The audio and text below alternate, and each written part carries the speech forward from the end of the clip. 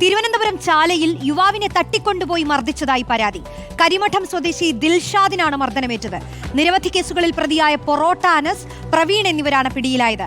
ചാല പൂക്കട ജംഗ്ഷനിൽ നിന്നും തട്ടിക്കൊണ്ടുപോയ ദിൽഷാദിനെ ക്രൂരമർദ്ദനത്തിനൊടുവിൽ റോഡിൽ ഉപേക്ഷിക്കുകയായിരുന്നു. ആഷിൻ ഡിയാഗോ നൽകും വിശദാംശങ്ങൾ. അശ്വിൻ, എന്തൊക്കെയാണ് ഈ നടക്കുന്നത്?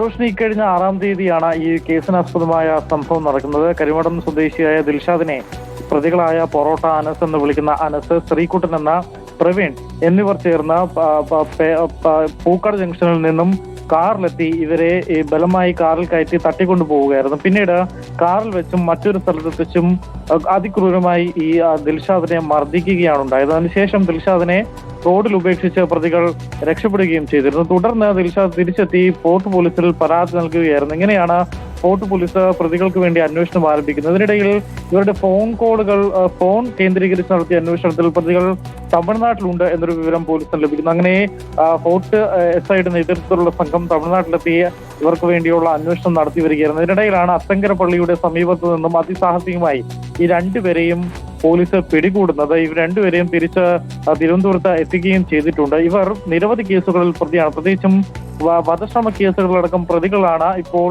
പിടിയിലായിട്ടുള്ള രണ്ടുപേരും. റോഷ്നി, ശരി, ആഷിൻ ഡിയാഗോയാണ് വിശദാംശങ്ങൾ നൽകിയത്.